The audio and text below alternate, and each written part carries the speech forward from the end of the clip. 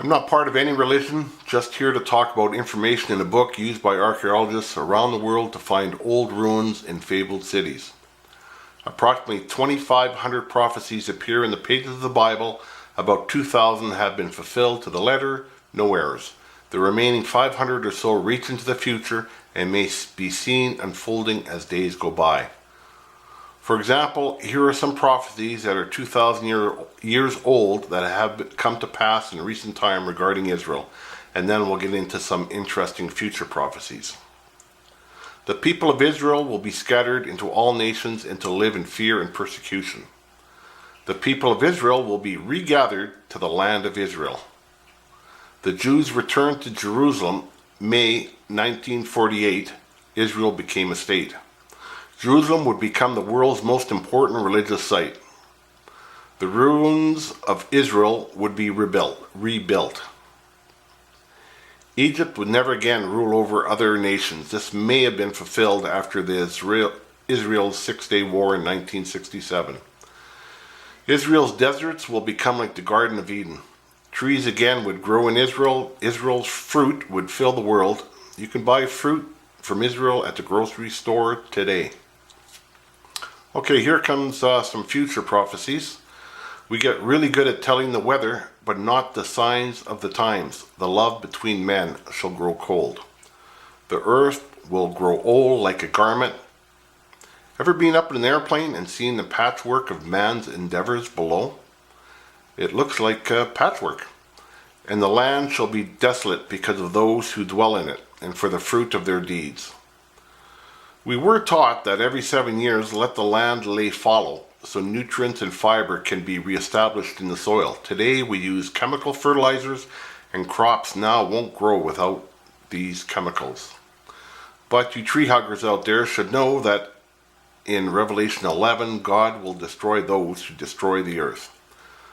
There'll be desire for spirituality. People will look here, look there. Many will come in my name. Do not go after them, as there'll be many false religions and spirit-based beliefs. Today there are hundreds of different false religions, spirit-based beliefs, and New Age beliefs. And Jesus sighed deeply in the spirit and said, "Why does this generation seek a sign? Verily I say unto you, there shall no sign be given unto this generation." Now I want you to remember this verse, and don't be deceived if you see some amazing things in the future, or if UFOs land and make some sort of claims. Don't be deceived. Warnings of religions that forbid you to marry or abstain from certain foods. I'll let you think about that one. Wars and commotions. Do not be terrified. Persecution of Christians. In the world today, Christians are being persecuted and killed worldwide and will come to North America. Do a YouTube search on the Christian persecution so you're all aware. If you are a Christian, survivalist, activist, or terrorist, you may all be on the government watch list. Signs in the moon, sun, stars, earth, sea, and waves roaring. Men's hearts will fail from fear of things coming on the earth, and the heavens shaken. Pour out my spirit, sons and daughters shall prophesy, young men see visions, and old men shall dream dreams. There will be an awakening. During the end times, many shall run to and fro. Not long ago, people wouldn't travel over 100 miles from where they were born, and today we travel around the world for a 2-week vacation. Also, knowledge shall increase. Personally, I can't keep up with the changing technology today. Things are moving fast. Before the end, God's word will be preached and available throughout the entire world. Well, this is coming to you via the worldwide internet. For nation shall rise up against nation, and there will be earthquakes, famines, and pestilence. These are the beginnings of sorrows. A day's labor for a loaf of bread. When you see Jerusalem surrounded by enemy armies or countries, that will be the start of the grand finale.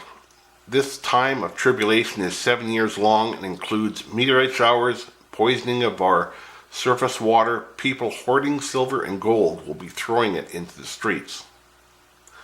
2/3 of the Earth's population dies.